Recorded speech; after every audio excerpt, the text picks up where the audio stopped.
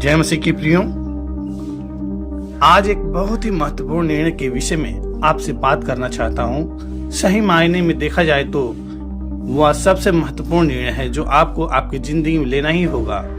आप कौन से पाठशाला में जाएंगे, कौन से करियर का चुनाव करेंगे, किसके साथ शादी करेंगे या फिर कहाँ पर रहेंगे, इन सभी प्रश्नों के निर्णयों में से यह निर्णय आपके लिए सबसे अधिक महत्वपूर्ण है। यह निर्णय सार्वकालिक जीवन के बारे में है, इसलिए इसके बारे में जरूर विचार कीजिए।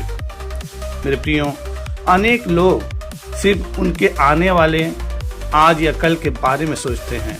कुछ लोग आने वाले महीनों के बारे में सोचते हैं, तो कुछ लोग उनके रिटायरमेंट के बाद की जिंदगी के बारे में सोचते हैं। पर आज मैं आपसे आपके मृत्यु पश्चात के जीवन के विषय में चर्चा करना चाहता हूँ। क्या आपने उसके लिए कोई योजना तैयार की है? क्या आपको यह पता है कि आपका शरीर सिर्फ मांस, हड्डियां और खून से बना हुआ है? पर सच यह भी है कि आप आत्मा हो जिसमें जान है और जो शरीर में रहती है। जब आपकी मृत्यु हो जाती है तो कुछ समय बाद आपके शरीर को कफन में डाला जाता है और वह वापस कुछ समय के बाद उसका रूपांतरण मिट्टी या राख में हो जाता है। यह तो आपके शरीर का हुआ, पर जो आप सच में हो उसका क्या? आपका आत्मिक जीवन है, वह आपके प्राकृतिक या शारीरिक आंखों से नहीं दिखता, पर आत्मिक रूप से आपका आत्मा ही हमेशा जीवित रहता है। और यह आपका यह अंतकालिक आत्मिक जीवन आप कहाँ पे व्यतीत करते हैं या इस वीडियो को देखते हुए कौन सा निर्णय लेते हैं उस पर निर्भर करता है। मेरे प्रियो, इस दुनिया में अच्छा और बुरा, सही और गलत, ऐसी दो शक्तियां हैं। बताए बगैर ही हमें यह अपने अंदर समझ में आता है। इस आत्मिक क्षेत्र में तो दो ताकतें हैं, परमेश्वर और शैतान। अच्छे दूत जो उसकी इच्छा और कार्य करने हेतु बनाए गए, और बुरे दूत जिसे दुष्ट आत्मा भी कहा जाता है। यह बुरे दूत पहले अच्छे दूत थे, मगर फिर उन्होंने परमेश्वर के विरुद्ध में जाने का निर्णय लिया। लूसीफर, जिसे बलजबूल या शैतान भी कहा जाता है, ने इस दूतों का परमेश्वर के विरुद्ध जाने में नेतृत्व किया, पर परमेश्वर ने इन सभी को स्वर्ग से निकाल दिया और उनके लिए जो जगह बनाई जिसे नरक कहते हैं, उसमें उन्हें डाल दिया।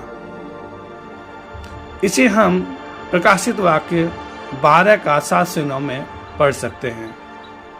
मेरे प्रियो, परमेश्वर और उसके अच्छे दूत, उनका घर स्वर्ग में है, पर शैतान और उसके दूतों का घर नरक में है।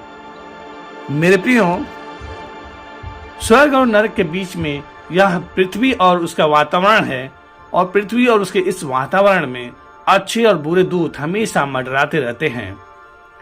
बाइबल हमें 1 पतरस 5:8 में बताता है कि सचेत हो और जागते रहो, क्योंकि तुम्हारा विरोधी शैतान गरजने वाले सिंह के समान इस खोज में रहता है कि किसको पकड़कर फाड़ खाए।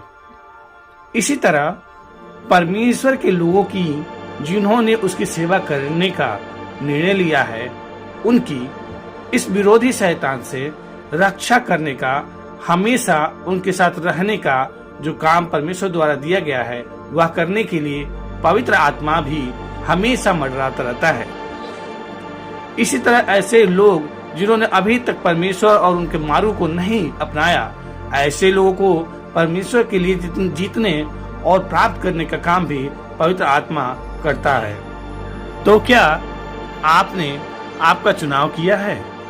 आपके जीवन के लिए निर्णय लेना या चुनाव करना यह सिर्फ आपके हाथ में है। कोई दूसरा व्यक्ति आपके लिए वह नहीं कर सकता। परमेश्वर ने आपको स्वतंत्र रूप से और स्वतंत्र इच्छा शक्ति से निर्माण किया है, इसीलिए आप उसका स्वीकार करें। ऐसी जबरदस्ती वह आपसे कभी नहीं करेगा। उसने अपने दूतों पर कभी भी जबरदस्ती नहीं की। जब कुछ दूतों ने उसके विरुद्ध विद्रोह किया, तो भी उसने उनसे कोई जबरदस्ती नहीं की। उन्हें उनकी मर्जी में जाने की स्वतंत्रता दी। पर यह याद रखिए कि उन्होंने खुद अपने गलत निर्णय के द्वारा अपने आप पर दंड ओढ़ लिया।